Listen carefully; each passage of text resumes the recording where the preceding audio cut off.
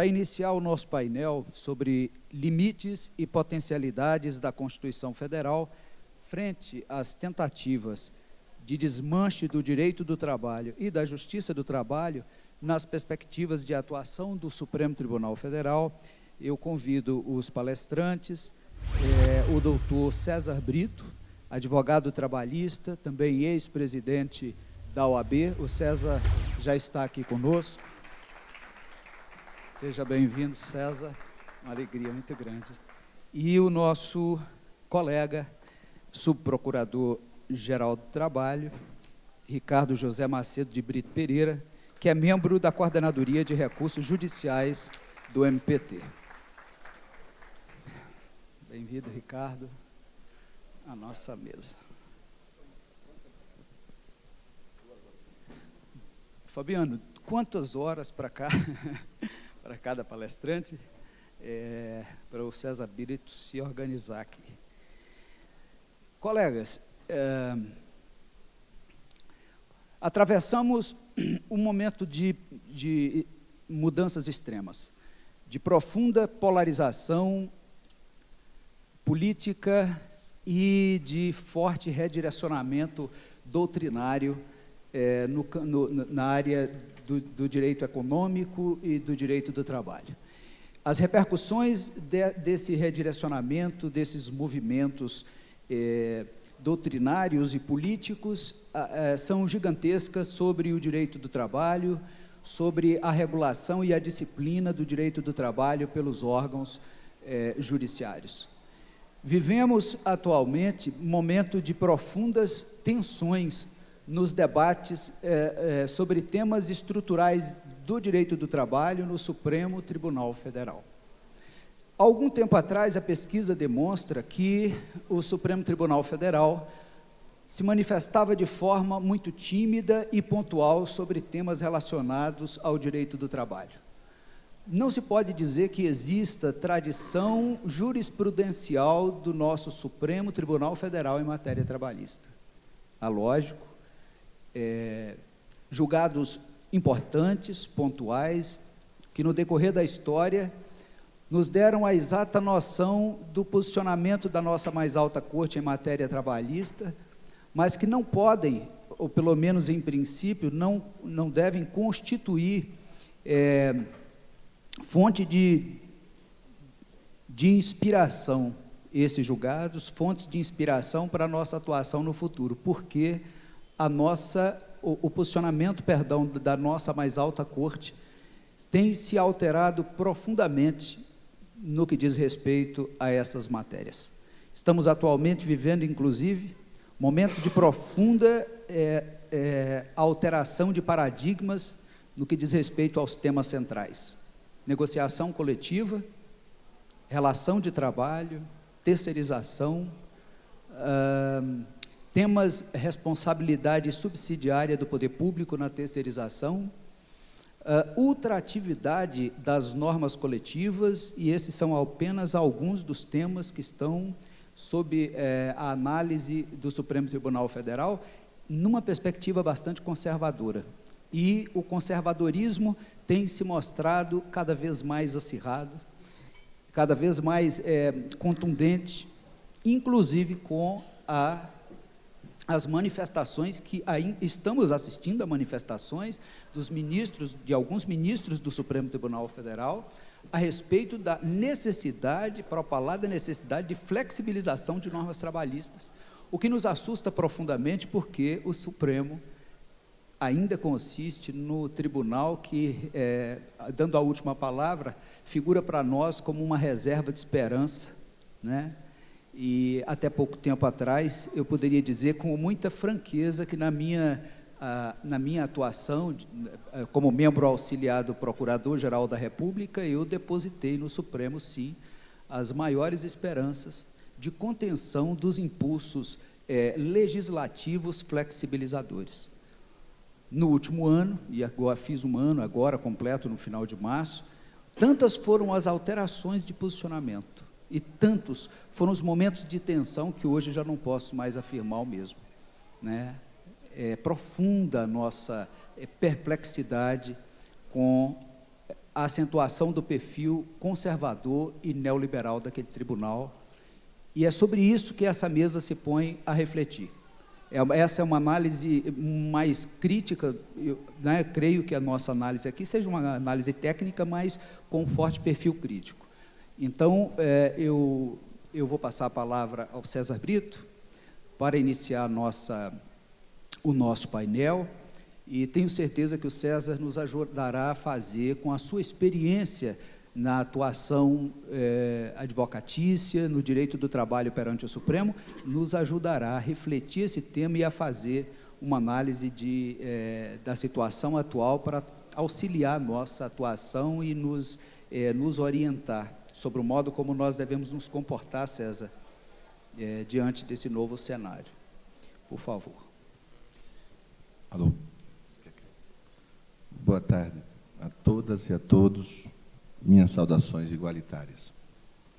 Quando fui convidado para aqui debater com os colegas do Ministério Público, sendo eu advogado militante, na advocacia trabalhista e na advocacia de inclusão, já que militamos em direitos humanos, nos movimentos de sem teto, sem terras, negros, no movimento gay, das prostitutas, de logo aceitei, porque o Ministério Público é um parceiro também. Eu brincava aqui que, quando ainda estudante, eu dizia que o Ministério Público era a pior das profissões jurídicas, mas era antes de 88. Depois de 88, com o avanço da Constituição e na compreensão de que era preciso que a sociedade tivesse um advogado público, uma instituição que pensasse no público, e o Ministério Público assumiu essa tarefa, e, para mim, é uma das grandes profissões do direito. Eu tenho muito orgulho de tê-los como parceiros, chamando de colegas. Vivemos tempos difíceis hoje.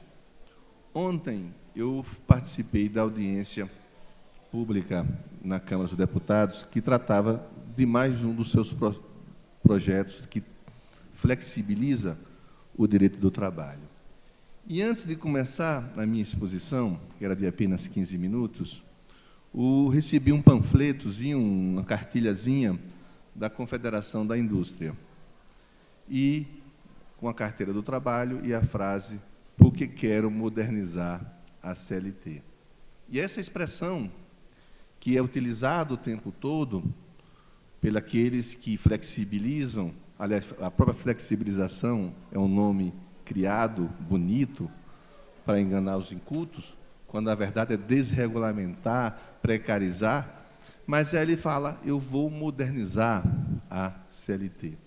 Coisa que eu quero também, porque modernizar significa avançar e fazer com que o direito continue seguindo o seu rumo de transformar a pessoa e o trabalhador na razão de ser, já que nós estamos falando de dignidade da pessoa humana. Mas eles não propõem modernizar, eles propõem voltar ao direito do trabalho quando surge na época da Revolução Industrial.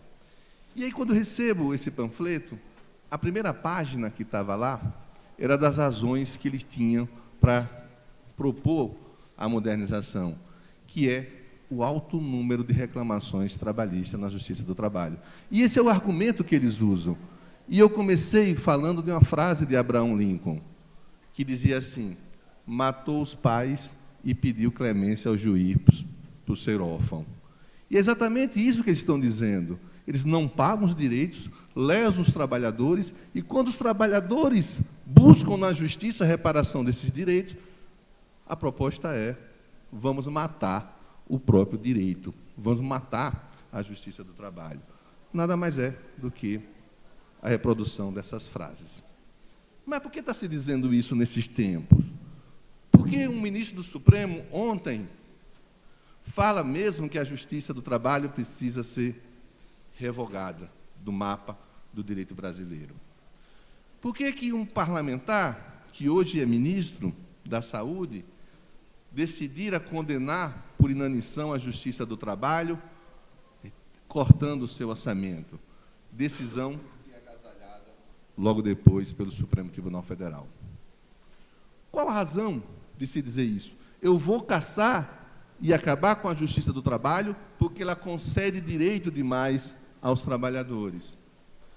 Qual a razão do Supremo Tribunal Federal, ainda ontem, dizer, quando se debate terceirização e que se expõe, e você sabe mais do que nós, porque trabalha também com essa matéria, na fase do coletivo, o que é uma empresa terceirizada no Brasil? Que não paga aos trabalhadores, mesmo quando a tomadora de serviço é o Poder Judiciário. Lá em Sergipe, o maior golpe que se teve de terceirizada foi não pagar a construção da sede do Poder Judiciário. Porque, mesmo sabendo disso, se decide ontem que não se pode mais reclamar do tomador do serviço, quando é o Estado, a reparação desse direito.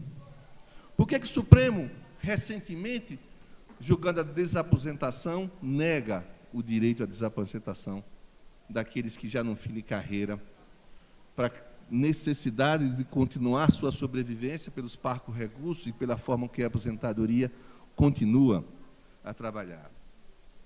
Qual a razão dessas decisões?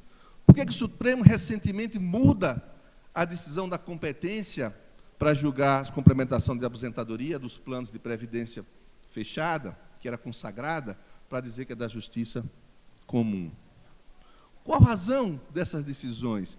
Por que o ministro do Supremo suspende, Cátia Arruda está aqui, uma decisão consolidada em súmula do TST por decisão liminar? Um ministro, isoladamente, resolve suspender todo o trabalho do TST. Qual a razão de tudo isso? Por que não se julga, se nós vamos olhar aqui, são os mesmos ministros, a 158, quando já tem decisões de 5 ministros, a Convenção 158. Qual a razão dessa guinada conservadora em relação ao direito do trabalho no Supremo Tribunal Federal? Assumidamente falando, quando foi se julgar o direito de greve, eu fui advogado da Federação dos Servidores do Poder Judiciário e do Ministério Público, que foram escolhidos ali como amicus curiae, porque estava em greve na porta do Supremo naquele exato momento, havia, no julgamento, que era um mandado de segurança, um pedido de uma das partes para desistir do mandado de segurança. O Supremo já tinha consolidado a jurisprudência de que o mandado de segurança pode ser desistido a qualquer tempo, mesmo depois de proletada a sentença. Pois bem, pediu-se a desistência antes. E o Supremo, naquela mesma tarde, que julgara o direito de greve, dizia, não, a nossa jurisprudência diz isso, mas eu vou mudar a jurisprudência hoje, para dizer que só se pode desistir do mandado de segurança antes do processo entrar no plenário virtual, porque eu quero julgar o direito de greve. E quando nós formos olhar a declaração do ministro Fux, por que ele julga contra o direito de greve, que está na Constituição, ele diz, porque nesses tempos difíceis os trabalhadores vão entrar de greve e precisamos preservar o Estado. E faz um discurso político contra o direito de greve ali reconhecido constitucionalmente. Por que se diz isso? É porque nós vivemos nos tempos que eu chamo de tempos das máscaras caídas.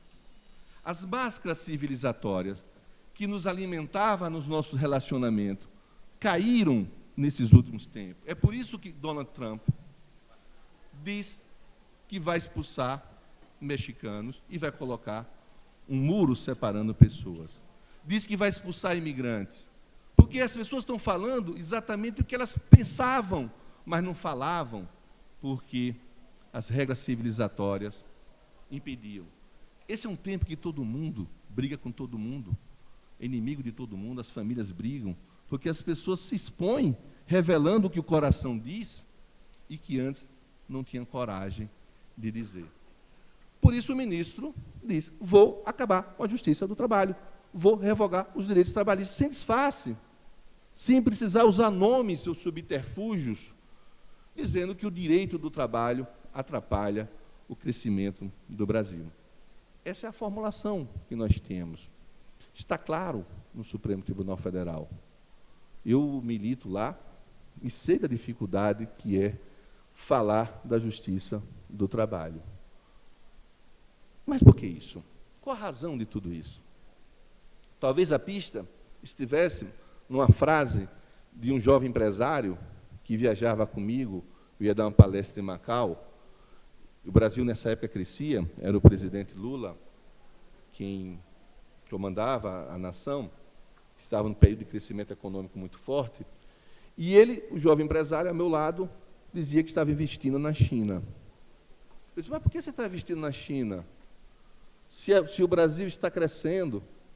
E a resposta dele, no começo da viagem, levou quase 30 horas para tentar justificar, depois da minha reação, foi porque na China não tem direito do trabalho, não tem justiça do trabalho, e eu vou investir onde não há justiça do trabalho. Você acabou de morrer um funcionário meu e já está outro no lugar.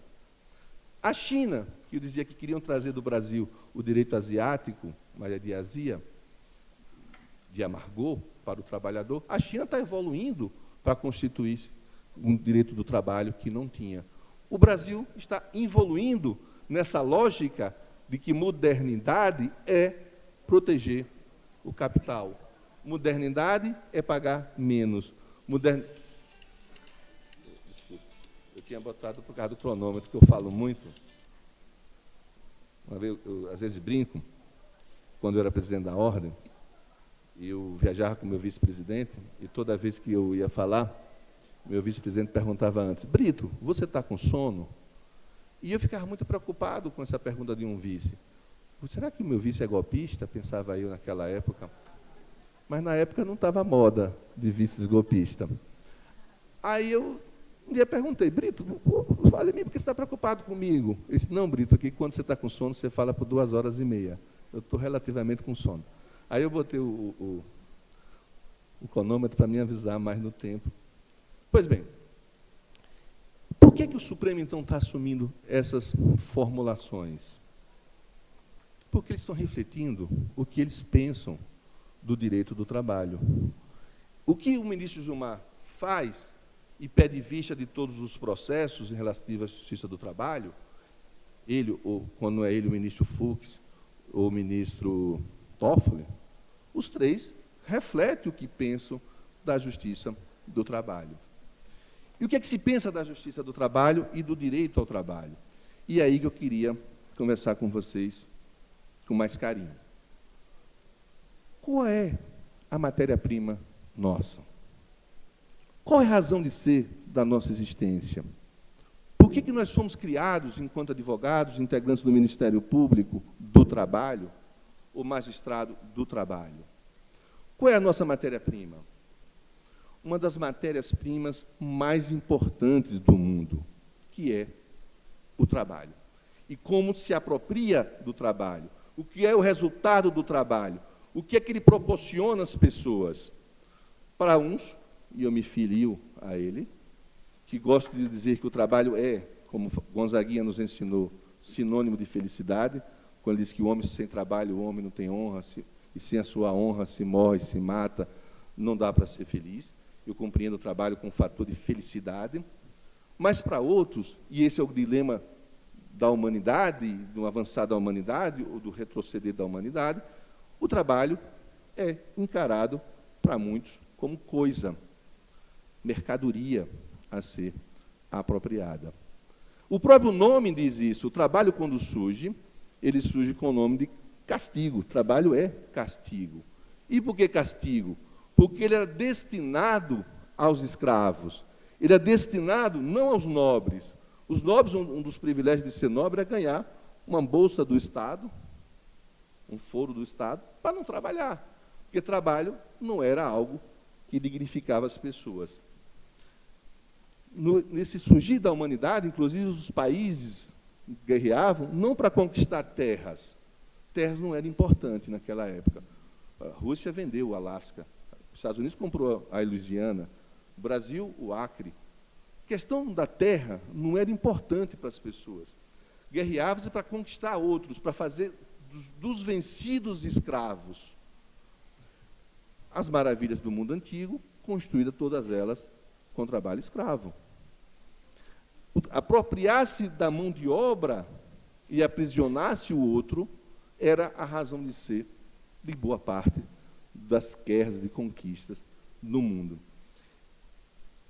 Essa compreensão do trabalho como coisa a ser apropriada é tão forte que duas grandes revoluções que mudaram o mundo a Revolução Francesa, igualdade, liberdade e fraternidade, ela não muda o conceito e a forma com que se apropriava do trabalho.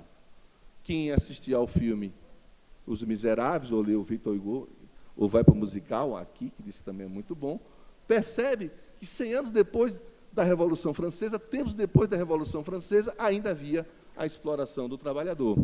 A outra revolução que encanta o mundo, quando diz que um homem vale um outro homem, e contesta o direito divino a ser rei, que é a Revolução Estadunidense, não acaba ela com o trabalho escravo, porque o trabalho era compreendido como mercadoria a ser apropriada. Esse conceito muda com a Revolução Industrial. Quando os trabalhadores começam em si, conviver em si, e essa modificação do conceito de trabalho, vem um outro. Trabalho é fonte de poder.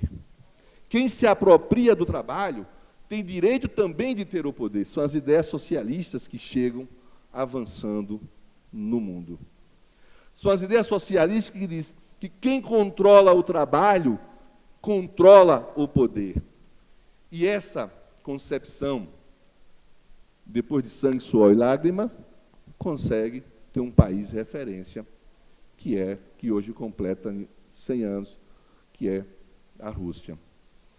No mundo capitalista efervescente, se dizia que era mesmo importante que o trabalho fosse reconhecido como força de poder e de direitos. Nós sabemos que o Dia Internacional do Trabalho decorre de homens e mulheres trabalhadoras assassinadas nos Estados Unidos. O Dia Internacional da Mulher, mulheres reivindicando melhores condições de trabalho assassinadas nos Estados Unidos. O mundo entrava em conflito. E como resolver esse conflito que atraía os trabalhadores para o mundo comunista? Aí o mundo capitalista, e é bem claro naquela encíclica Rerum Novarum, e depois na 40º ano, dizendo que no mundo capitalista não pode acabar com a propriedade privada, nem a exploração do homem, mas deve suavizar essa exploração. E para suavizar essa exploração, é preciso conceder direitos. A encíclica Rerum Novarum já fala em reconhecimento do direito da mulher, proibição de crianças e adolescentes em Minas, jornada de trabalho de 8 horas, e assim crescemos no mundo capitalista nessa compreensão de que o trabalho tem que ser reconhecido para evitar a atração dos trabalhadores para o mundo comunista. Essa sempre foi a formulação. Daí porque a CLT, reproduzindo a Rerum Novarum, quem for ver os fundamentos da CLT, está lá também a Rerum Novarum, diz que é preciso suavizar, conceder direitos e extinguir a atividade sindical, burocratizando-a. A atividade sindical burocratizada vem até hoje, mesmo pós-Constituição de 88, que ainda se burocratiza a atividade sindical. Pois bem, no mundo capitalista, em que se busca uma legislação enriquecedora do direito do trabalho, teve uma medida que passa desapercebida de nós todos. E essa que eu tenho falado para as pessoas, e às vezes é muito difícil as pessoas compreenderem da grande estratégia utilizada para nos convencer e nos afastar do mundo do trabalho. E qual é? Afastar o operador do direito do mundo do trabalho. Uma das políticas mais claras que se tinha nesse conflito que dividia o mundo em dois, e que, ao dividir o mundo em dois, justificava apoio às ditaduras como a nossa, que em dia 31 de março, hoje, completa 53 anos do golpe. Quem vê a razão do golpe, está lá, inclusive a OAB, quando o apoia, diz assim: eu apoio a revolução para evitar que o Brasil se transforme numa república sindicalista. Porque o mundo se dividia naquela época. E qual é a melhor forma de consolidar essa dominação? Alguém dizia que o direito tem como função convencer, impor pelo convencimento o que a classe dominante não consegue impor pela força.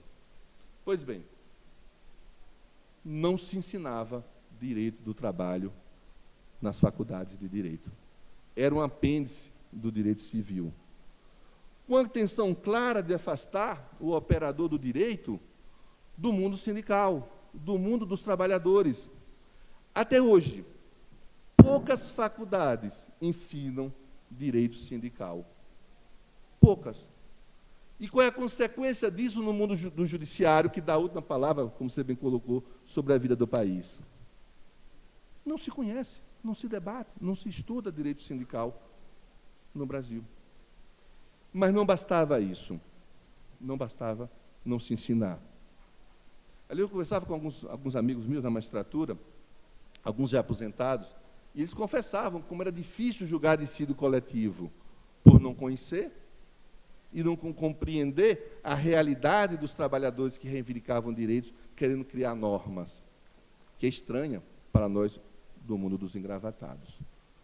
Mas a segunda formulação, nós vivemos numa ambiência de muita vaidade. Nós somos vaidosos e esse é o nosso mundo. Por isso nós usamos roupas que a sociedade não usa e temos linguajar que a sociedade não tem e nos tratamos por doutor, que não é o linguajar da sociedade. E nós vivemos num mundo de vaidade. E aí começaram a dizer e reproduzir, nós praticamos um direito menor. A justiça do trabalho é uma justiça pequena. É uma feira. Imagine para nós trabalharmos na feira.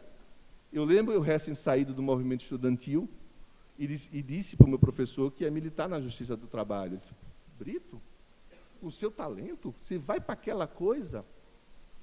Isso começa também a nos afastar. Eu lembro que, às vezes, meus amigos mandam para mim, e mandaram a ver no WhatsApp, o terno dos advogados no Brasil. Aí bota o advogado civilista num terno italiano, o advogado penal com um terno de linho importado, e o nosso todo aquelas roupas todas cheias de cores, descombinando calça com... Porque essa é uma formulação ideológica de nos afastar mesmo, do dizer menor, pequenos, reproduzir o tempo todo. Para nós, advogados, mais grave, porque tem uma terceira, a não remuneração do advogado que postula a justiça. Por que você vai querer que alguém especializado de tirar o lucro, de tirar a mais-valia? Qual a razão de tudo isso?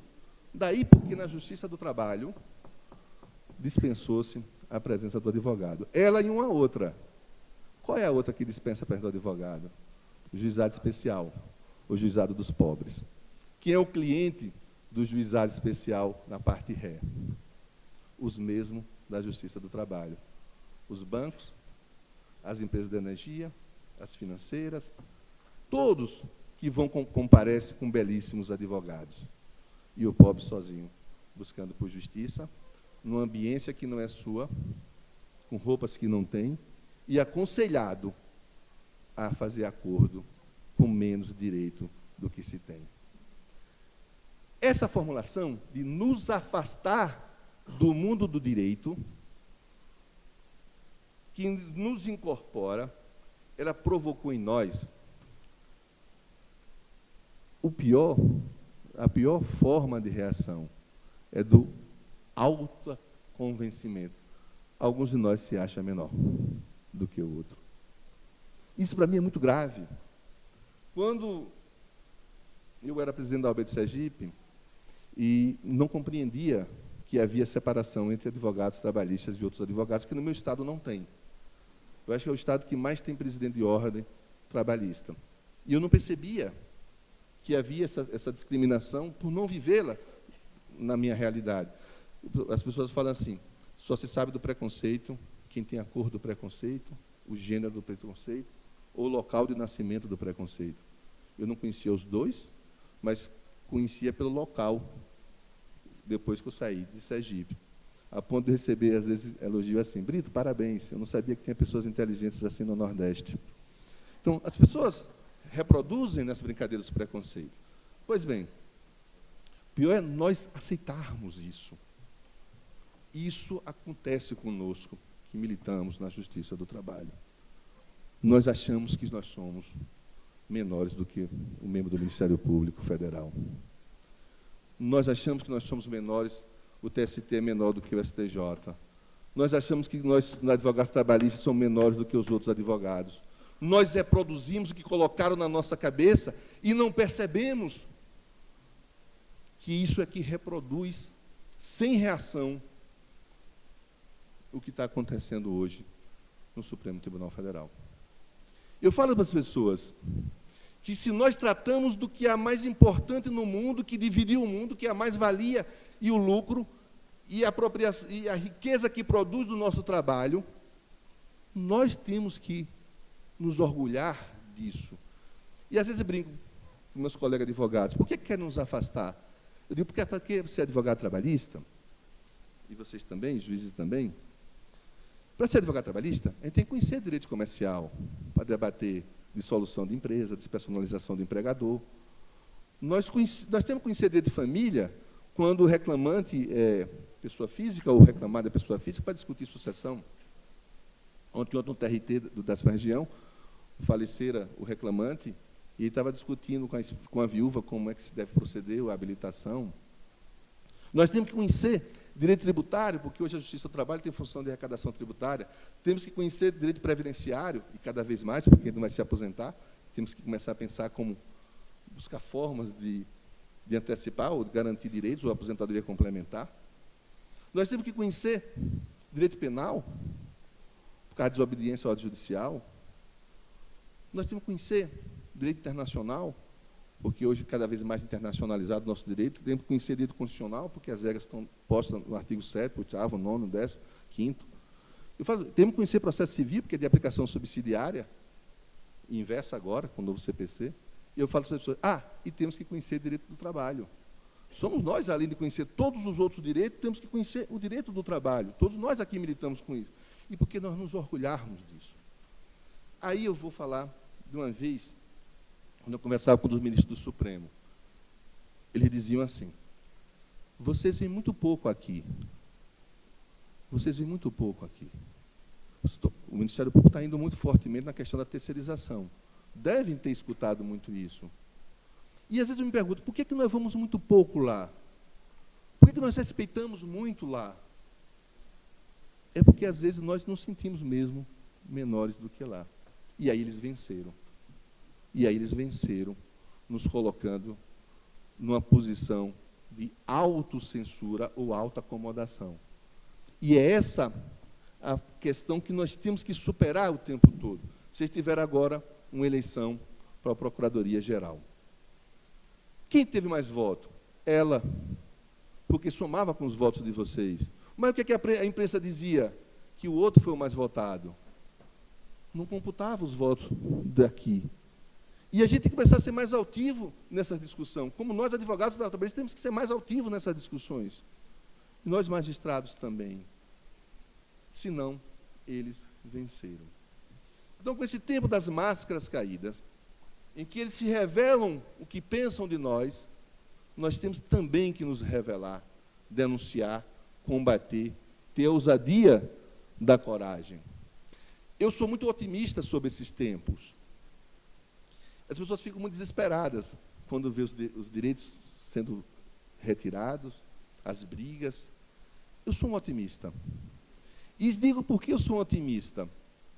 Porque, diferente dos outros tempos, em que as pessoas batiam nas minhas costas e diziam assim, você é um cara legal.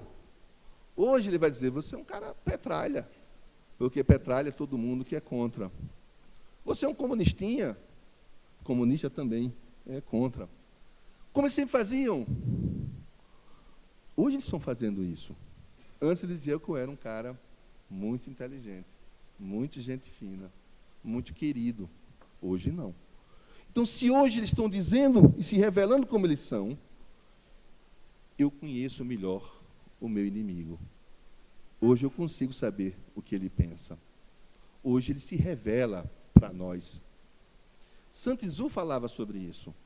Sun Tzu, na Arte da Guerra, ele dizia, se nós nos conhecemos e não conhecemos nosso inimigo, a perspectiva de ganharmos a batalha é quase nenhuma. Se nós conhecemos o nosso inimigo e não nos conhecemos, a perspectiva de ganhar a batalha é um pouquinho maior. Mas se nós nos conhecemos e conhecemos os nossos inimigos, a vitória é certa. E é isso que, esse momento que as máscaras caem, e esses contos são muito importantes, porque passamos a nos conhecer e debatermos quem é o nosso inimigo. E eu não tenho dúvida nenhuma que setores majoritários do Supremo Tribunal Federal têm a compreensão de que trabalho é mercadoria, é coisa a ser apropriada, é coisa sem valor, é coisa que equivale a qualquer outro bem. Porque o importante para esses setores, que dão a palavra final na vida do país, o que é moderno é a competição entre empresas, em que paga menos é sinônimo de competitividade. Isso é que é expresso nas vozes que antes disfarçavam em palavras bonitas, chamada acórdão. Esse é um tempo diferente. Por isso que eu gosto de uma frase, e repito uma frase de um advogado chamado Sobral, que falava assim, que a advocacia não é profissão para covardes. Nós não estamos vivendo um tempo para covardes. Esse é um tempo que, quando as marcas são reveladas, nós temos a obrigação de fazer o contraponto. Por quê?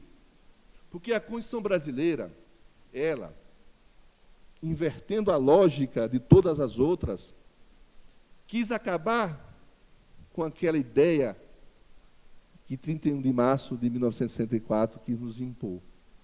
A lógica do medo, a lógica da tortura, a lógica do exílio, a lógica da censura, a lógica que afastara 13 ministros do Supremo Tribunal Federal, a lógica que revogaram habeas corpus, que reduzia os tribunais a nada, criando uma outra lógica, a lógica dos direitos fundamentais, e dando para 3 profissões a tarefa de torná-la afetiva, dando para a magistratura garantias, como a inamovibilidade, porque se mudava fácil um juiz para o outro lado, da vitaliciedade, porque exoneravam os juízes, a irredutibilidade de vencimentos, porque dependiam dos vencimentos dados pelo Executivo, a tarefa de efetivar esses princípios fundamentais. E dar uma outra função para o Ministério Público, que antes se confundia com advogado.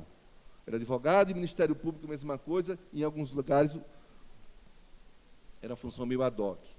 Dando essas mesmas funções, dando mais poderes, e dizendo para nós, advogados, criando a Defensoria Pública, a Procuradoria de Estado, a Advocacia da União, o artigo 133 diz que nós somos invioláveis, tarefas novas, funções novas. Eu digo, se para nós, cidadãos, resistir é preciso, para nós aqui, advogados, juízes e promotores, é dever. Nos deram um dever. E se nós não cumprirmos esse dever, vamos continuar assistindo, como Carolina, vendo o mundo passar. Nós não podemos ver a banda passar, vendo o mundo passar. Porque senão o Supremo, nessas causas que faltam julgar, não só a 158, a questão, como eles fizeram, mudando a prescrição do fundo de garantia, de 30 para 5, bem rápida, a súmula 277, a aposentação, negociado sobre o legislado, também em decisão monocrática do ministro Teori, que hoje julga no outro canto,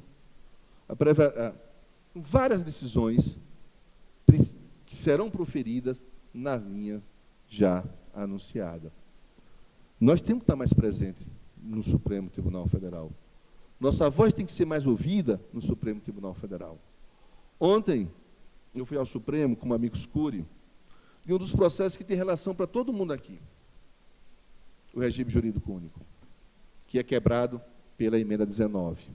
Ontem ia entrar na pauta a discussão da emenda 19, que acaba o princípio da isonomia, que acaba a isonomia entre as carreiras jurídicas, que acaba com a isonomia entre servidores militares e militares e servidores públicos, que eu chamava a cláusula conciliadora da Constituição, porque quando triunfa a democracia, ela estabeleceu que nós não podíamos nos vingar dos militares, nem os militares podiam nos impor de novo pela força, reajustes diferenciados, igualam, e a emenda 19 revogam. Ontem ia ser julgado. Vazio o plenário. Ninguém estava sabendo. E não foi julgado, porque 3 processos antes levaram toda a pauta do julgamento. Nós precisamos estar mais presentes no Supremo Tribunal, com a altivez de um lado do direito que vive diretamente o conflito. Do lado do direito que sabe o que é trabalhar, que sabe o que é a influência do desemprego, que sabe, pelos reflexos na justiça do trabalho, o que se faz com o direito do trabalhador no Brasil. Esse é o nosso lado.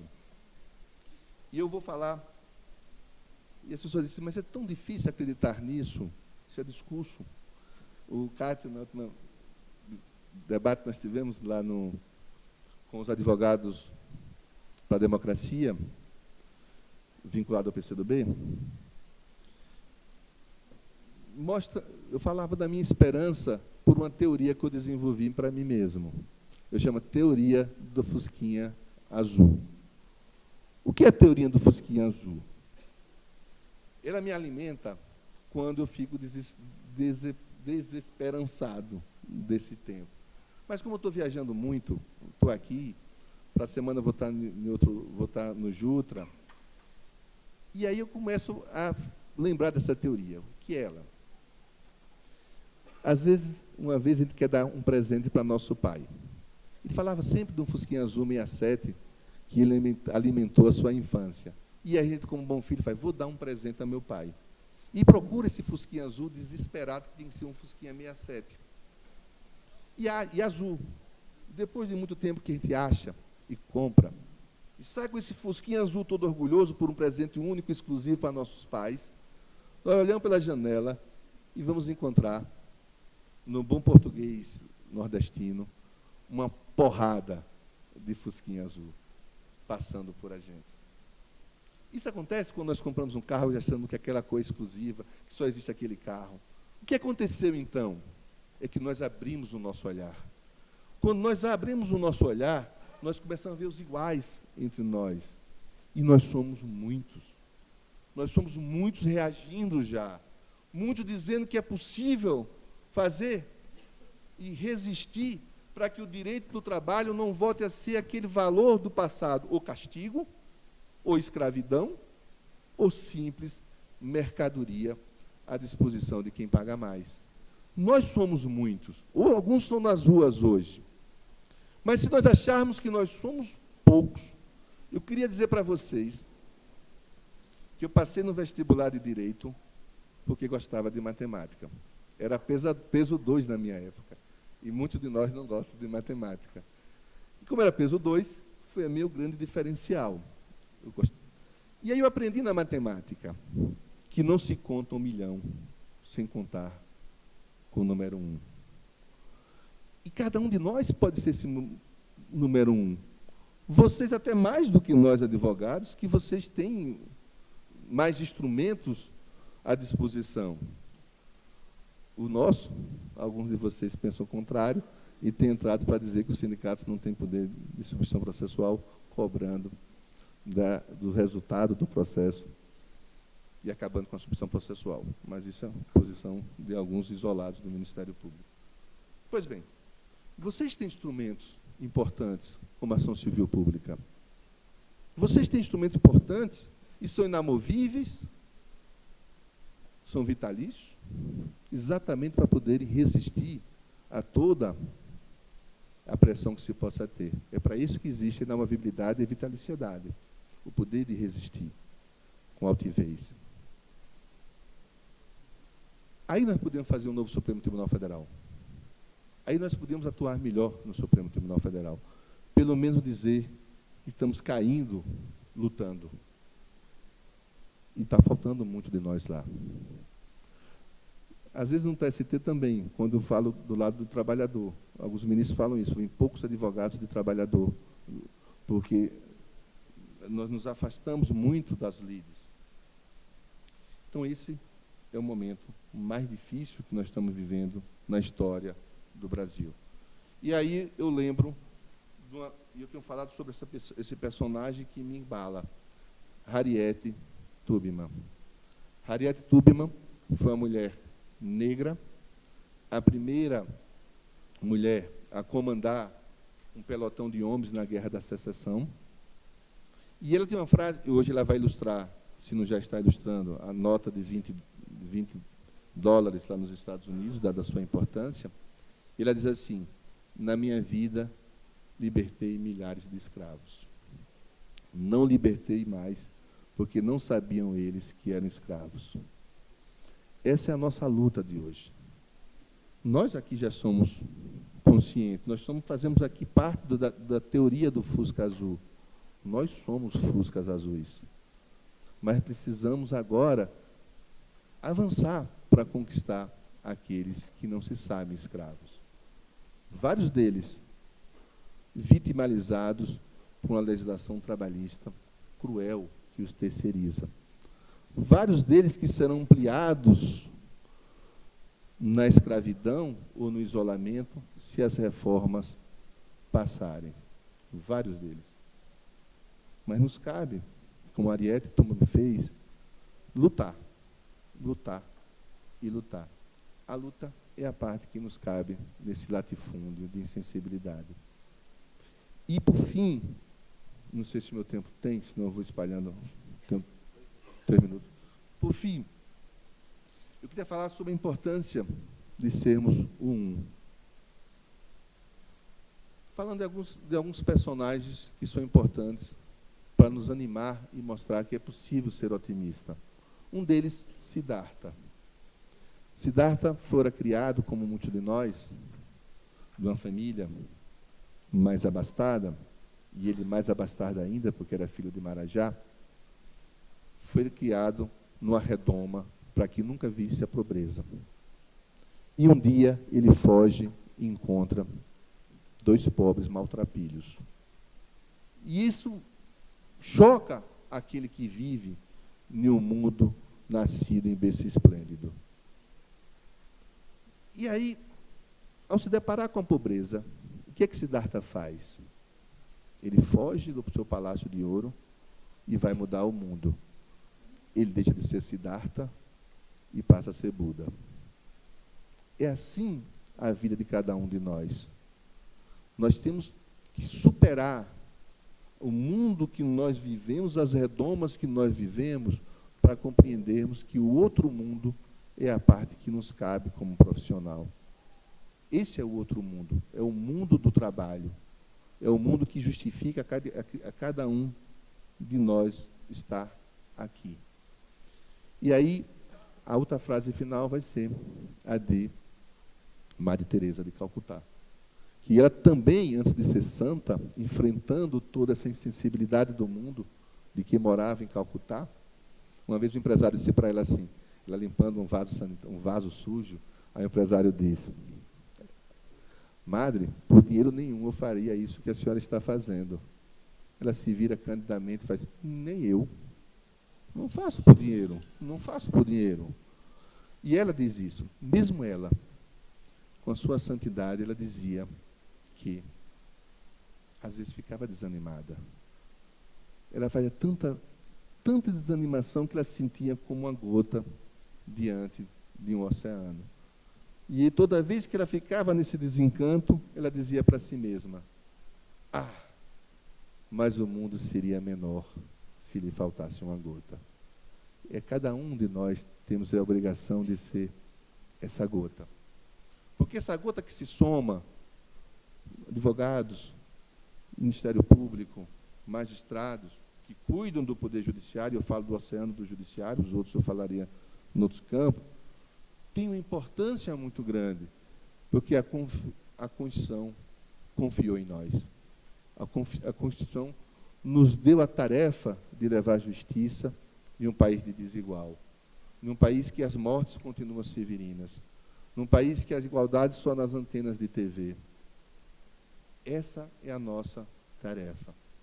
E não podemos ficar, como dizia Bob Dylan, quando ele falava, quanto tempo levará o homem fingindo que não vê?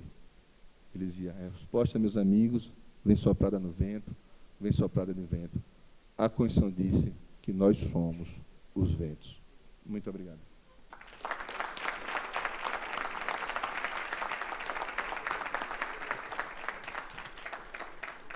Obrigado, César. Enfim, uma palestra inspiradora. Obrigado por suas palavras, porque, de fato, nesse momento de profunda insegurança, né, de conflitos acentuados, um olhar que lance inspiração de confiança, de esperança para o futuro, e um olhar, apesar disso, profundamente lúcido, certamente nos ajuda a refletir todas essas transformações e nos ajuda a compreender essas novas realidades com a importância e o significado da nossa presença aqui como profissionais. Né? Eu ouvi essa semana que nós somos pagos para não desistir. Nós somos pagos para continuar. Nós não temos o direito de desistir. Né? Com esse sentimento forte, esse sentimento de resistência, que agradeço profundamente as suas palavras. Certamente tocou de forma, eu sei, porque nós nos conhecemos bem aqui, a turma, tocou profundamente o nosso coração. Obrigado. Eu vou passar a palavra, então, agora ao nosso colega, que hoje é subprocurador-geral do Trabalho, que atualmente atua na Coordenadoria de Recursos Judiciais e que possui vasta experiência na atuação institucional, possui vasta doutrina sobre temas relacionados a recursos e a atuação perante tribunais, para que ele possa nos brindar com sua reflexão. Por favor, Ricardo. Obrigado.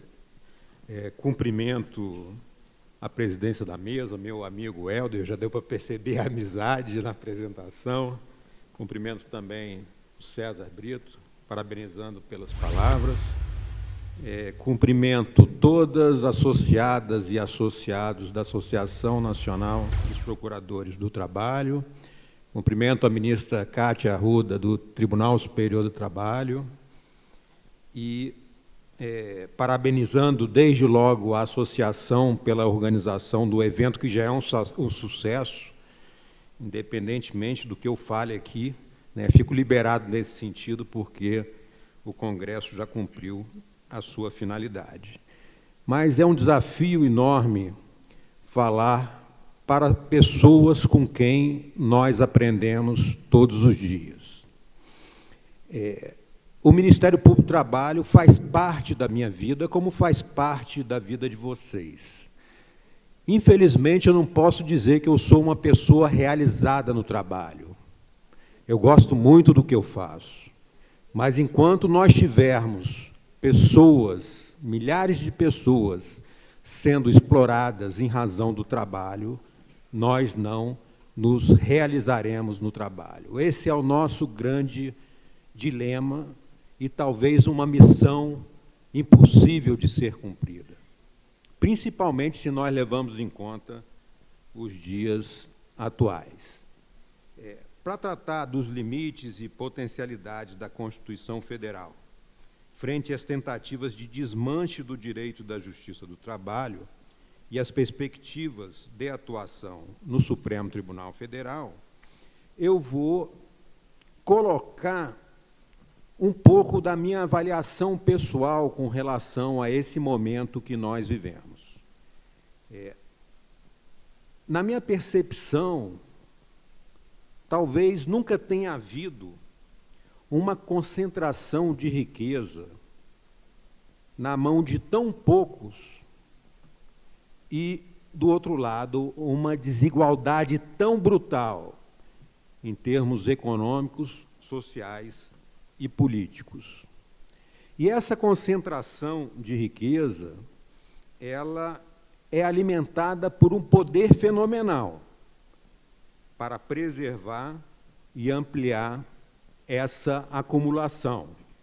E esse poder é exercido mediante um jogo de várias estratégias, várias manobras, de liberações, de intervenções. Uma expressão pode ser usada, que é bem adequada para o exercício desse poder, que é a acumulação flexível. Se usa de tudo que é possível para ampliar a concentração de riqueza e de poder. E esses grandes conglomerados, né, que têm esse poder fenomenal, a eles não interessa a democracia, por uma questão muito simples. Porque a democracia retira o seu poder. Transfere poder para a sociedade. Nós vivemos num Estado democrático de direito, mas que carece, talvez seja o momento, de uma falta efetiva de uma democracia real. Porque a democracia formal, ela foi completamente apropriada. Qual é a melhor maneira de preservar poder? Retirar direitos, principalmente direitos sociais e direito do trabalho. Essa é a melhor estratégia. O empoderamento dos trabalhadores é uma grande ameaça, sempre presente, não que os trabalhadores não tenham condição de se organizar e defender os seus interesses, e adotar uma postura de resistência em relação a essas investidas. Eu acredito muito nesse poder dos trabalhadores. E esse poder está presente e ameaçando, do outro lado, esses grandes conglomerados que penetraram em todas as instituições. Dominaram completamente a mídia. A mídia, hoje em dia, ela adota uma censura que é totalmente incompatível com qualquer regime democrático. Outro dia eu estava na Procuradoria e recebi uma ligação. O senhor poderia fazer uma entrevista para a Globo News sobre a regulamentação da greve dos servidores públicos? Aí eu olhei, quando é? Na quarta-feira, 2 dias depois, eu olhei minha agenda, não, dá sim para ir. Não, mas espera aí, o que o senhor acha aí dessa proposta de regulamentação? Aí eu falei, eu defendo a implementação da Convenção 151, da Convenção 154, é importante regulamentar o direito de greve no serviço público, mas também um sistema de resolução de conflitos, e aí a negociação coletiva é fundamental. Aí a repórter foi perguntando, olha, a gente vai dar uma olhada aí, eu vou levar para a chefia para analisar, e eu confirmo com o senhor a entrevista. Bom, aí esperei, já sabendo que não seria chamado para a referida entrevista. Ou seja, a imprensa não aceita tratar de todas as questões. Ela seleciona. A gente percebe isso nos artigos que a gente escreve. Textos jornalísticos. A grande mídia não publica esses textos, só publica aquilo que é favorável. A reforma trabalhista sem limites e a reforma da Previdência. De vez em quando, lendo o jornal digital, a gente verifica uma mensagem, eu mandei matéria para o jornal tal, mas não adianta, eles não publicam. Tá? Então, esse poder extraordinário forja, dissimula, né? Hoje em dia se fala muito na pós-verdade, né? E a mídia está sendo a grande responsável por forjar a realidade e abrir espaços para que esse poder tome conta de uma forma definitiva das sociedades e acabe de uma vez por todas com a democracia. Existe também uma sedução dos produtos e das marcas que encobre toda a pobreza e toda exploração. Eu estava saindo de Brasília ontem, né? Aí, no embarque tem lá uma um anúncio da CNI. Pense no seu celular, olhe para o seu celular. Ele foi produto de uma parceria. Essa inovação tecnológica significa terceirização. Aí eu olhei meu celular assim, eu sempre penso na geladinha do lado de cá, né? Mas olhei para a tela e qual foi a primeira coisa que eu pensei? Na Foxconn. Na quantidade de suicídios naquela empresa que monta o iPhone. E é exatamente isso, né? Esse apelo dos produtos e da marca esconde toda a realidade. E a gente fica seduzido, a gente fica envolvido, a gente até esquece o problema existente para esse resultado que todos nós gostamos e não conseguimos mais viver sem. Então, isso é resultado do exercício desse poder monstruoso. Há um ataque à democracia que tem gerado, talvez, a maior crise de representação popular nos regimes democráticos. Inclusive, fala-se em crise da democracia. Eu diria, crise da democracia formal, porque não há nenhum regime melhor do que a democracia substancial. O processo eleitoral foi totalmente dominado. As instituições são afetadas por esse poder. Há uma nova forma de fazer política que segmenta, não agrega, dá margem a que grupos mais radicais assumam posições mediante compromissos particularizados, jamais correspondentes aos interesses gerais. É a política que se ocupa da expansão e da conquista de poder para a preservação de privilégios e destruição dos direitos. É a situação de completa desconsideração do outro, como dizia o professor Clóvis de Barros Filho, na brilhante palestra de abertura do Congresso dos Procuradores. É a prevalência da canalice, para usar as suas palavras. E essa tendência, ela produz uma forte influência no poder judiciário.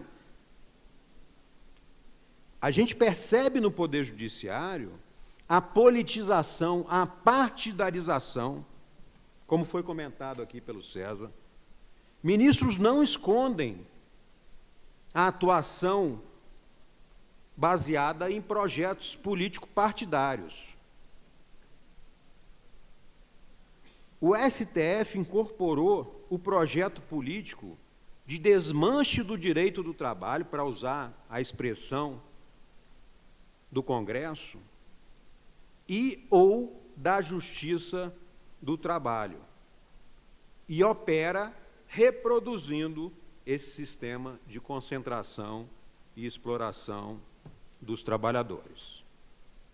E aí vem a questão fundamental para o MPT, a legitimidade para atuar no Supremo Tribunal Federal. O MPT no STF é como aquela faxineira do vaso sanitário que o professor Clóvis mencionou ontem, que tem que limpar aquela sujeira toda, mas ela não participa e ela não pode falar. Essa é a nossa situação no Supremo Tribunal Federal. O Supremo Tribunal Federal desmancha o direito do trabalho, agride a justiça do trabalho, atua contra o Ministério Público do Trabalho, e nós não temos voz naquele tribunal. Helder vem fazendo um trabalho excepcional, mas é importante que o Ministério Público do Trabalho tenha voz assegurada. Quem sabe essa construção interna permita no futuro essa possibilidade de falarmos diretamente, e não via Procurador-Geral da República, que nós sabemos que, quando ele não quer adotar a tese do MPT, como ficou bem claro num conflito recentemente, e aí, né, não é uma questão nem que o STF decidiu, infelizmente, não prestigiou o ramo trabalhista, exatamente em razão do preconceito que existe, como falou o César muito bem aqui, de tudo que se refere ao trabalho na sociedade.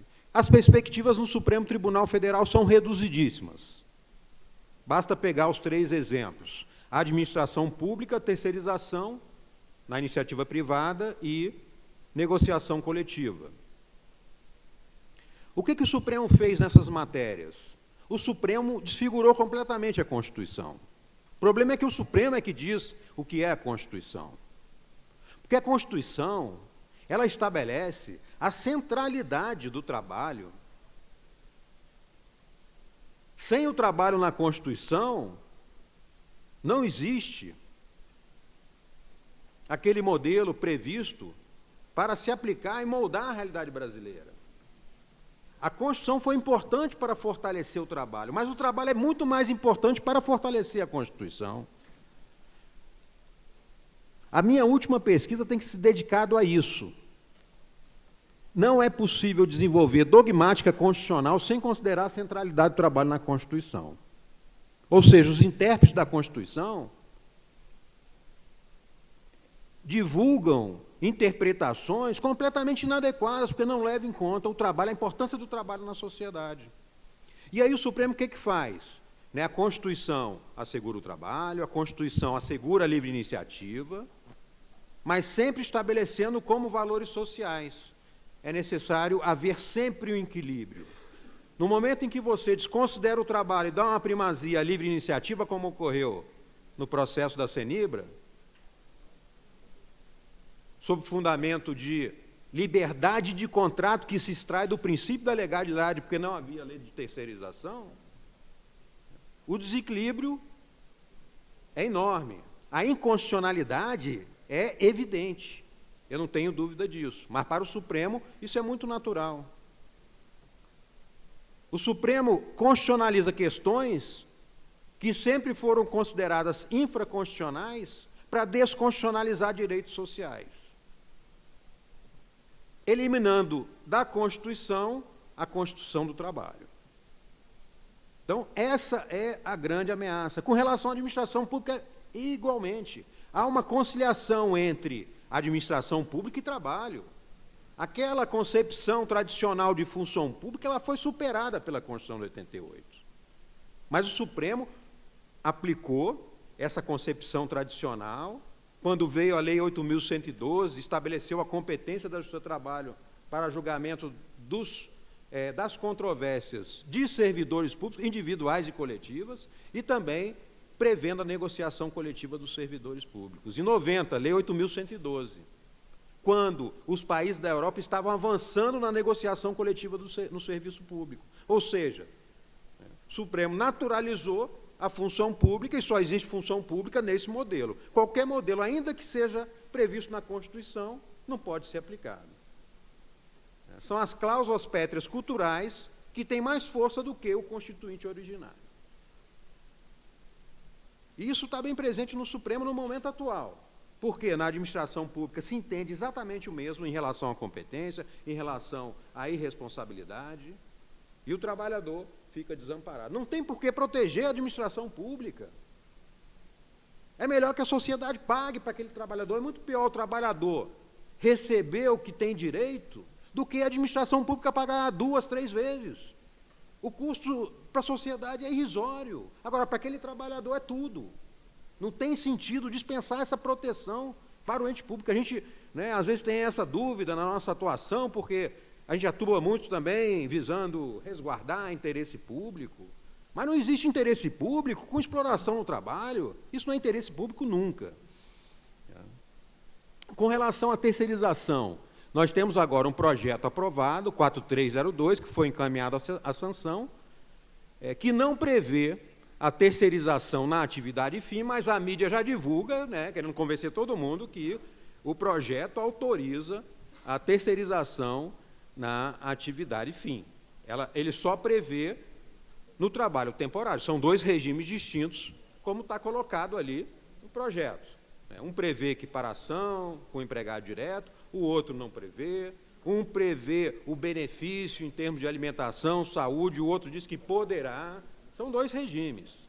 Tá? Então, não tem essa possibilidade de terceirizar na atividade fim nesse projeto. O outro lá, o 43, todos começam com 43, né? Esse número aí, parece que é mágico. O outro 4330, esse sim, prevê a liberação da terceirização em qualquer atividade, o que é totalmente contraditório. Né? O empregador, ele não se dedica a mais nada, a não ser contratar intermediários para desenvolver as suas atividades. O que é péssimo para os pequenos e médios empresários que vão ficar seduzidos pela terceirização, achar que é um grande negócio, que é a estratégia mais moderna de produção de bens e serviços, e vão quebrar a cara, porque eles perdem o contato com os trabalhadores, ainda mais agora que você pode terceirizar, quarteirizar, né? Porque a empresa prestadora de serviços, ela pode subcontratar. Então, é a cadeia perversa em que, lá na ponta, vai estar o trabalhador autônomo, a pessoa jurídica, aquele que não tem direito a nada. Na Espanha, agora, houve um grande movimento dos quarteirizados da Movistar. As telefones, lá na Espanha, a terceirização ela passou a ser adotada assim, de forma muito irresponsável. Então, as empresas, né, não têm menor contato com os trabalhadores. Ninguém sabe, né, quem é o real contratante daquele trabalhador que está ali prestando serviço no Corte Inglês, nas telefônicas e assim por diante. E aí esses trabalhadores que não têm nada, não têm vínculo empregatício, não têm um salário decente, jornada de trabalho sempre abusiva, se organizaram, que é difícil para terceirizar, mas se organizaram, né? E começaram a se movimentar, causando uma grande preocupação. Quem verificar as notícias, né, vai perceber que surge uma preocupação agora em toda a Espanha, não só em Madrid, onde esses movimentos se iniciaram, com relação a essa possibilidade de organização, e aí que está o poder do trabalhador. Né? Quando o trabalhador realmente decide se mobilizar, aí a ameaça é muito grande, há uma preocupação, como hoje eu vi no jornal, na Folha de São Paulo, que o presidente já está preocupado em sancionar esse projeto de lei da terceirização do jeito que está. Porque já falaram para ele, né, tiveram que falar para ele, que isso aí traz uma condição muito prejudicial para os trabalhadores e politicamente ele vai se prejudicar muito. Não só ele, mas toda a sua base. Então, a minha confiança é que quando o discurso é adotado no sentido de acabar com o direito do trabalho, acabar com a justiça do trabalho, eu não vejo qualquer perspectiva política de uma medida como essa. Acabar com o TST ou com a justiça do trabalho é um desastre político. Ninguém vai efetivar isso. Agora, qual é o problema? É porque passa a impressão para a sociedade que a justiça do trabalho protege. E a gente corre o risco de a justiça do trabalho proteger um pouco menos para não ser criticada pela mídia e pela sociedade, né? Porque o discurso é difundido e as pessoas começam, de tanto ouvir aquilo, analisar, aí começam a divulgar. Nossa, mas a justiça do trabalho só protege, só protege. Então eu fico tranquilo com relação a isso. Não há condição política de acabar com o direito do trabalho, de acabar com a justiça do trabalho. Porque se acabar, né, nós não teremos o que fazer, não sei o que será de nós. Então a minha mensagem final é: não podemos desistir, mais ou menos na linha do César Brito. Temos que continuar lutando, temos que tentar judicializar mais no Supremo Tribunal Federal.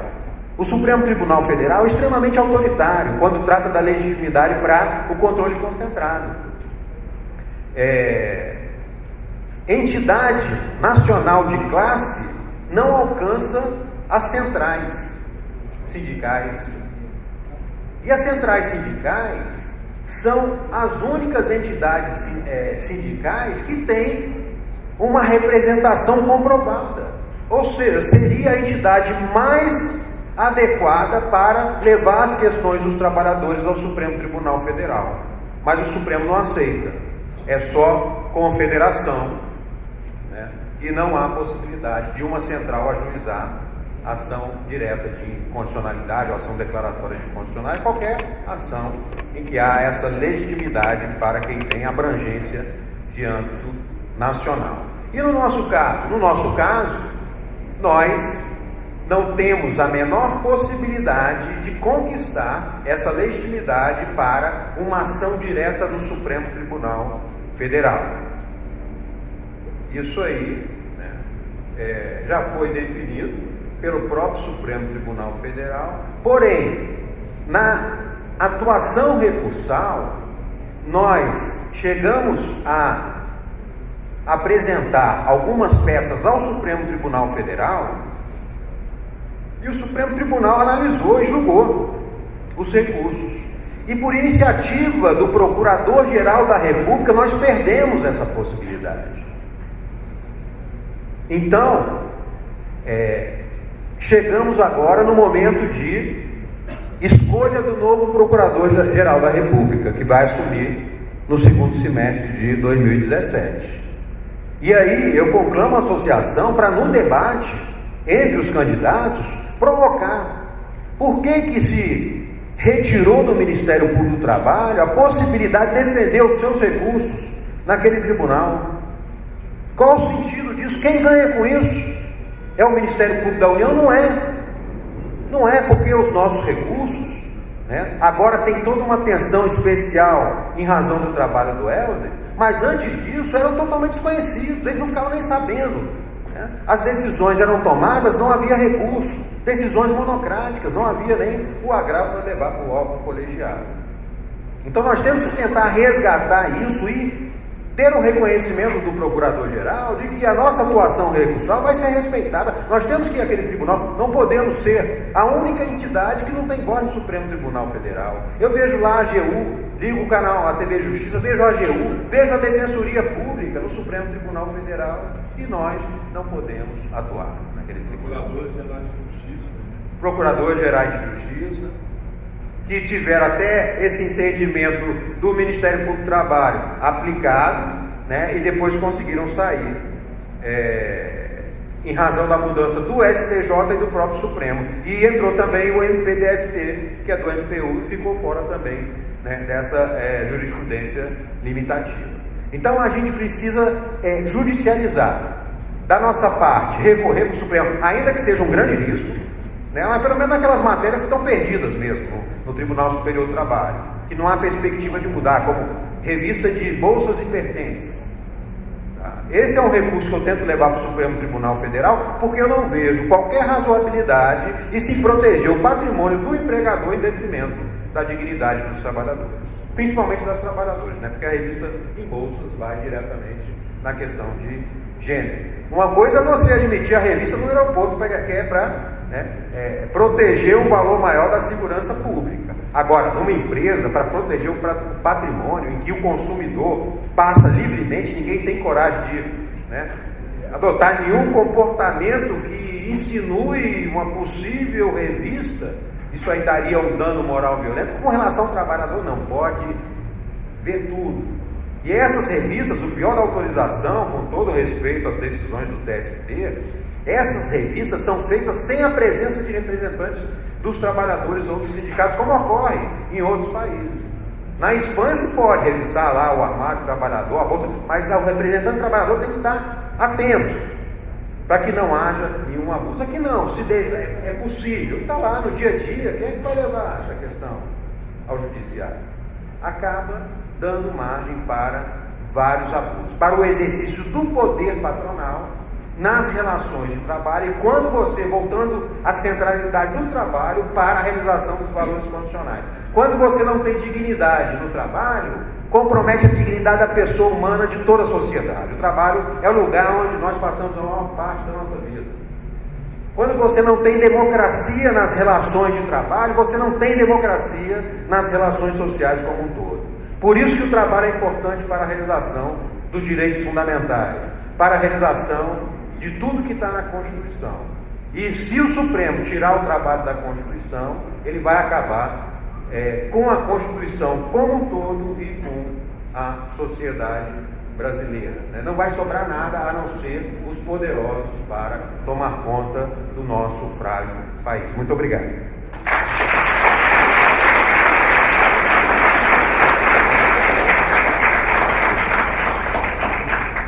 Bem, maravilha. Ricardo, muito obrigado, porque a sua reflexão, ela tem contato com as nossas angústias, porque reflete exatamente, de forma muito apropriada, os dilemas que hoje nos tomam de susto diante da nova realidade, da politização do direito,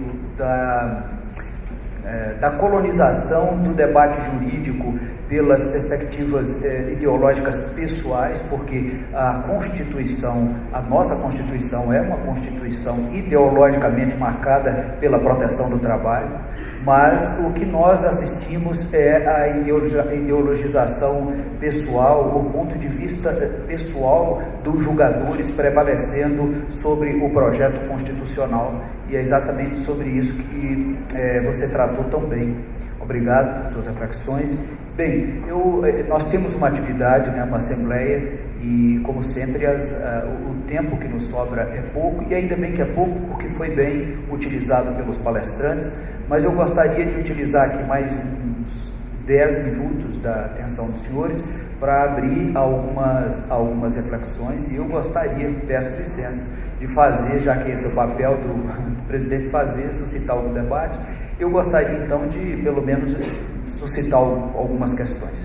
A atuação perante o Supremo, e aqui eu falo para o César, para o Ricardo, essa atuação como membro auxiliar do PGR tem me mostrado como é difícil atualmente reverter decisões contrárias aos direitos dos trabalhadores no Supremo, exatamente por conta dessa acomodação, do preconceito, do profundo preconceito que você se refere, e eu me pego diante dessa realidade agora, quando percebo, por exemplo, que o direito do trabalho nunca foi, no Supremo Tribunal Federal, considerado como um tema prioritário, muito pelo contrário. O direito do trabalho, ele também paga um preço, na minha perspectiva, ele paga um preço muito alto por de certa forma, não dialogar com os outros ramos do direito de igual para igual, e aqui o César Brito tratou muito bem disso. Esse diálogo tem que acontecer, e agora mais do que nunca, quando o direito do trabalho é avocado pelo Supremo, porque o que acontece é um processo de avocação, né? O Supremo nunca quis tocar nos temas fundamentais do direito do trabalho, porque sempre compreendeu que é uma questão que diz respeito à regulação da economia, né? Bem, deixava a Justiça do Trabalho conferir a última palavra, e o que é muito apropriado, porque é da competência dos tribunais superiores, dentre eles o TST, emitir a última opinião sobre a legislação ordinária, né? A interpretação constitucional era sempre encarada como uma exceção em situações excepcionais, quando necessário, corrigir determinados desvios, digamos assim, graves na interpretação da norma infraconstitucional. E isso mudou e o Supremo passou então a avocar temas. Nós vimos como na terceirização, por exemplo, RE 713 e 211, como a matéria era considerada infraconstitucional durante muito tempo, e depois, naquele caso, se libra lá no embargo declaratório de uma sexta-feira à tarde, né? A decisão muda, a posição então da primeira turma muda para acolher como constitucional, sob um argumento profundamente frágil, que é o do 5º segundo da legalidade. Nós vimos, por exemplo, como a questão da responsabilidade subsidiária veio e bateu na trave durante muitos anos, era considerada infraconstitucional, até que em determinado momento entendeu-se que deveria ser tratada, porque houve pressão da União, e nós sabemos a capacidade que tem a AGU de articular no Supremo Tribunal Federal. O diálogo com o direito administrativo, César, do direito do trabalho com o direito administrativo sempre foi desigual no Supremo Tribunal Federal, porque lá é a casa dos grandes administrativistas egressos, especialmente da advocacia pública, né? E com uma visão administrativista, penso eu, muitas vezes autoritária, e sem a presença de juristas do mundo do trabalho com uma visão de direito do trabalho, digamos assim, comprometida com os princípios de direito do trabalho. Bem, eu suscito a seguinte questão: o mundo do trabalho, nós do mundo do trabalho, temos que nos preocupar mais com a composição do Supremo doravante, no que diz respeito, inclusive, à perspectiva ideológica, porque todos os outros setores e ramos tratam disso com muita seriedade. Nós, de certa forma, ignoramos isso durante um longo período, porque nossa matéria não estava lá tratada e muito mal tratada. Hoje percebemos que aquela casa, querendo se comportar politicamente, ela pode se transformar num parlamento de 11 parlamentares que dão a última palavra sobre o que é a Constituição, com grave impacto sobre o mundo do trabalho. Outro aspecto também que eu gostaria de indagar é sobre a questão relativa à nossa posição como operadores do direito do trabalho perante o Supremo Tribunal Federal. O momento é adequado para recorrer ao Supremo, Ricardo? Porque quando você diz que gostaria de ver o tema da revista de bolsas, por exemplo, submetido ao Supremo, eu confesso a você que eu tenho imensa resistência. Embora eu faça agravos regimentais hoje para o Procurador-Geral da República contra todas as decisões denegatórias de segmento dos nossos recursos, exatamente em matéria de revista e tantas outras, eu torço para que o Supremo não conheça da matéria, confesso, porque eu acho que se fosse pronunciar sobre essa matéria hoje, vai liberar a revista, no contexto atual, a revista, e vai recomendar a revista, para que o patrão não sofra nenhum tipo de abuso do seu patrimônio. Então, a composição é tão contrária à nossa perspectiva de construção social, que eu confesso que tenho muita dificuldade em compartilhar esse entendimento, e penso que hoje é momento de resistência. Então, lhe indago mais uma vez, você não acha que o momento agora é de cautela em subir recursos sobre temas sensíveis à nossa atuação? Vou passar para o César primeiro. Ok. Eu tenho as minhas preocupações em relação ao Supremo, mas não deixo de ir ao Supremo. Eu acho que a gente tem que postular até para constranger, até para que ele se revele como eles são. Mas quando eu falo que tem mais ousadia, lembro que tempo atrás, quando surgiu uma vaga no Supremo, e estava sem ninguém na área trabalhista, nós fizemos uma campanha. A Sandra Lia era das nossas indicadas, a Sandra Lia pelo Ministério Público do Trabalho, Nilton Corrêa pela Advocacia e, salvo engano, o Léber. A gente começou a publicizar isso, que era preciso ter alguém na área do trabalho, e colocamos 3 nomes, como vários nomes têm que ser colocados. Acho que toda vaga que surgir, nós temos que fazer campanha sistemática, porque é preciso, a frase era, preciso ter alguém com sensibilidade social. Acho que era essa frase que se usava nessa campanha, que resultou depois na indicação na outra vaga da ministra Rosa Weber, que é preciso sempre colocar e tem de ter um de nós. Só quero fazer algumas reflexões que eu tenho dúvida. É mais que você pequenininha. Vocês falaram que a NPT não tem legitimidade para DI. A NPT tem o MPT. Para DI. Para DI, né? E tem agilizado dentro. O Estado, o STF, mas a associação tem legitimidade, é isso que eu estou esperando, que eu advogo para a Associação Nacional dos Procuradores do Estado, e a gente tem um bocado de... Acho que, por exemplo, só uma reflexão também em voz alta, nessa lista que vem agora do Ministério Público, vocês poderiam fazer uma lista tríplice também encaminhar para o Presidente da República. Começar a marcar posições, mostrando que há, e não ficar achando que a lista que está mandando é a nossa lista, que pode até ter lista com outros nomes, mas é importante formalizar que é espaço. Como não há obrigação do Presidente da República vincular-se à nossa lista, ele pode ter a opção de uma outra lista também para escolher com legitimidade. Eu acho que ele está começando, ele tem que começar a mostrar mais a nossa força política. Mas sobre Supremo, eu esqueci de comentar uma das coisas mais graves que o Supremo está fazendo, que é a questão do trabalho escravo. A lista da lista suja, que não foi ainda divulgada, que tem apoio do Supremo Tribunal Federal, ela reflete, não sei se vocês lembram, de um debate que o Supremo teve, não sei se foi da denúncia de Unaí, ali quando havia assassinado o auditor do trabalho, um dos ministros chegou a dizer a seguinte pérola, que não pode ser considerado trabalho escravo quando o trabalho reproduz as condições da ambiência familiar e da onde ele convive. Se ele não tem água encanada, não é trabalho escravo, não tem água encanada, no lugar que não tem água encanada. Se ele dorme no chão, não é trabalho escravo, também não trabalha dormir no chão. Aí acho que o ministro Aparecido, então só é trabalho escravo quando alguém mora no Lago Sul e vai trabalhar em outro trabalho? Então, porque isso reflete a compreensão que se tem do que é o trabalho. E esse é o debate que nós temos hoje. O que é o trabalho? O trabalho é fator de dignidade da pessoa humana, como está na Constituição. O trabalho é o que nós conseguimos escrever na evolução do tempo, até com vários apoios, com motivos diferentes, mas se nós conseguimos estabelecer que isso é trabalho, que na Constituição fala como forma de erradicar a pobreza, essa é a função do trabalho. A outra trabalho é mercadoria, é coisificação, isso é muito colocou, transformar o trabalho em coisa, mercadoria ser apropriada. Esse é o debate que nós estamos vivendo hoje. Qual é o papel nosso? E agora, só que nós temos que lembrar que nossa função, a nossa razão de existir, a Constituição nos deu poderes para escolher para esse lado. Ela já disse que esse é o lado. Tanto é que ninguém fala justiça do capital, é justiça do trabalho e com sistema de proteção. Essa semana passada, na terceirização de altos advogados do Brasil, está vacilando na questão da terceirização. Até hoje não lançou nenhuma nota contra esse tema.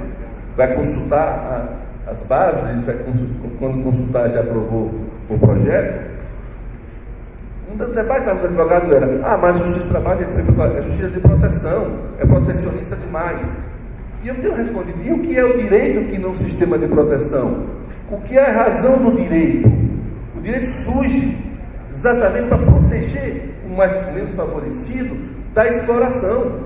E não é só o direito do trabalho que é de proteção. O direito de família é de proteção. Ele protege a mulher da violência e a criança. O direito consumidor protege o consumidor. O direito penal protege o réu. Todo sistema de direito é sistema de proteção. Se nós acharmos que o direito não é um sistema de proteção, é melhor acabar com o direito. E com ele, o Ministério Público e a própria advocacia. Nós perdemos a razão de existir. E esse é o debate que nós estamos enfrentando hoje.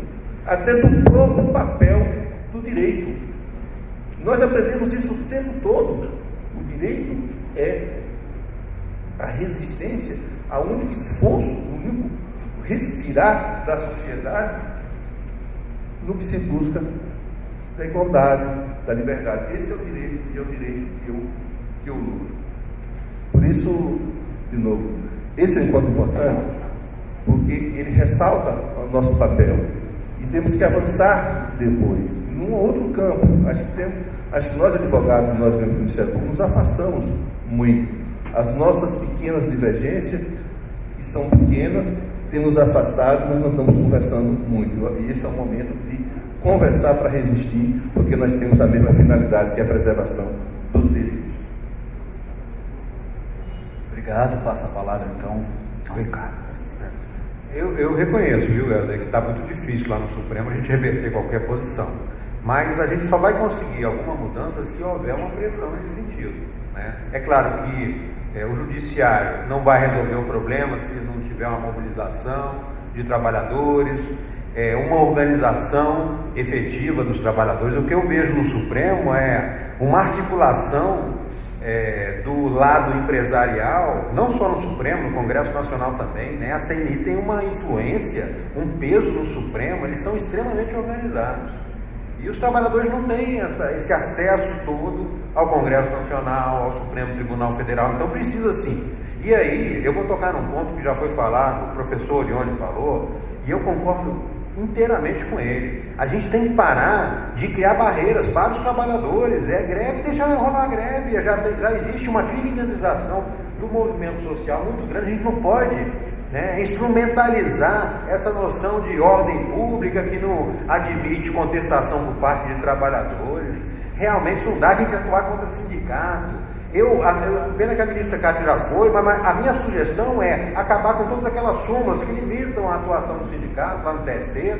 Por que não acaba com o artigo 522 lá do 7? Se não for recepcionado pela Constituição, por que o TST tem que defender o empresário em relação à garantia de emprego, né, de um número adequado de dirigentes sindicais para um sindicato grande? Qual é a função do TST, né, nessa matéria? Por que o TST não pode dar a garantia de emprego para um delegado sindical que está lá botando a cara?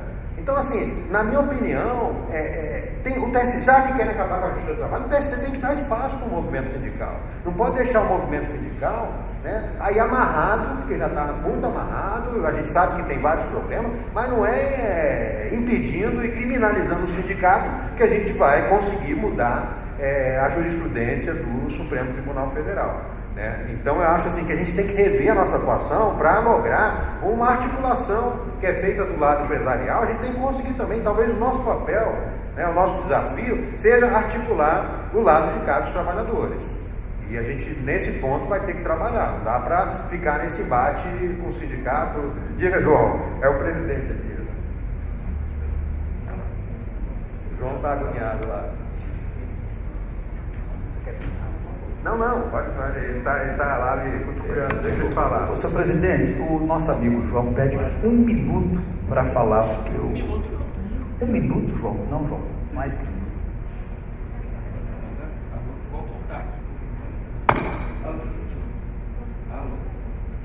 Pronto, João, obrigado. 30 segundos. Alô? Bom, eu quero falar sobre a questão da contribuição essencial, que foi citada em vários casos que o Supremo tem decidido, e essa questão agora da contribuição essencial acabou sendo levada ao Supremo, e a despeito de outros precedentes, já considerando a matéria da contribuição essencial, não se tratava de questão constitucional, e sim de questão infraconstitucional, acabou que esse posicionamento foi revisto e houve um julgamento reconhecendo então essa repercussão geral em cima da contribuição existencial e um julgamento já no sentido da súmula 666 que o STF tem sobre a contribuição confederativa. Isso está ainda em fase de embargo de declaração, mas eu pedi para falar exatamente porque nós vamos discutir isso no âmbito da CONALES, mas eu quero aqui aproveitar esse momento para chamar a atenção dos colegas o momento que isso ocorre, o momento político que isso ocorre, na medida em que há todo movimento de desmonte do direito do trabalho, né, e agora, com a terceirização, uma fragmentação maior ainda dos trabalhadores e pulverização de sindicatos, e a gente pode estar na iminência, né, que já temos nós temos esse problema da contribuição essencial, é um calcanhar de Aquiles com o movimento sindical que nós temos, e que possivelmente nós vamos ser os próximos a massacrar não só o direito do trabalho como os sindicatos. Então acho que a gente tem que ter uma visão mais holística, mais política disso, sobre essa questão, no enfrentamento dessa questão da contribuição social em relação aos sindicatos, sem querer invadir a independência, mas nós temos que perceber como isso deve ser tratado, tendo em vista que os sindicatos são o meio em que o trabalhador luta pelo seu direito. Entendeu? Então era isso que eu queria chamar a atenção aqui. Tá? Gostei muito da expressão usada pelo Dr. César sobre a atividade sindical burocratizada, que é efetivamente o que aconteceu, né? Infelizmente o movimento sindical muito se acomodou nessa estrutura sindical arcaica que nós temos e que não favorece a luta pelo direito. Mas é isso. Tá bom, João? Eu agradeço, João. Senhores, por conta do tempo que nós temos agora, né, Ângelo? Nós temos assembleia, é isso. Eu vou finalizar apenas ressaltando que amanhã, às 14 horas, sábado, nós vamos realizar aqui mesmo, né, Ângelo? Pode ser aqui nesse auditório, uma reunião que é bastante informal para debater sobre o PL 4302, que foi aprovado sobre estratégias e também sobre a interpretação dessa norma.